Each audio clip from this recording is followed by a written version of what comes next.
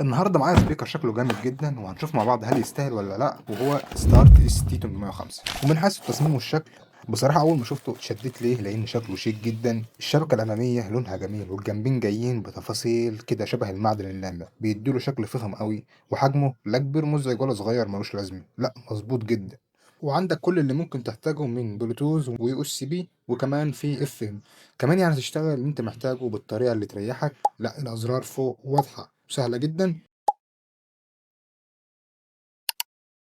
ونيجي على البطارية بتيجي ب 1200 ملي أمبير، بتقعد معاك فترة طويلة على حسب استخدامك، ودي نقطة مهمة لو بتتحرك كتير. وكمان جاي الحزام ده معاه تشيله على كتفك وتتحرك بيه براحتك. ندخل بقى على الصوت، وده أهم حاجة فيه. الصوت عالي ونضيف والباس واضح ومش بيسرسع لما تعليه، لا بصراحة مناسب للسهرات الصغيرة أو البلاي ليست في البيت، أو تاخده معاك في أي مكان يناسبك.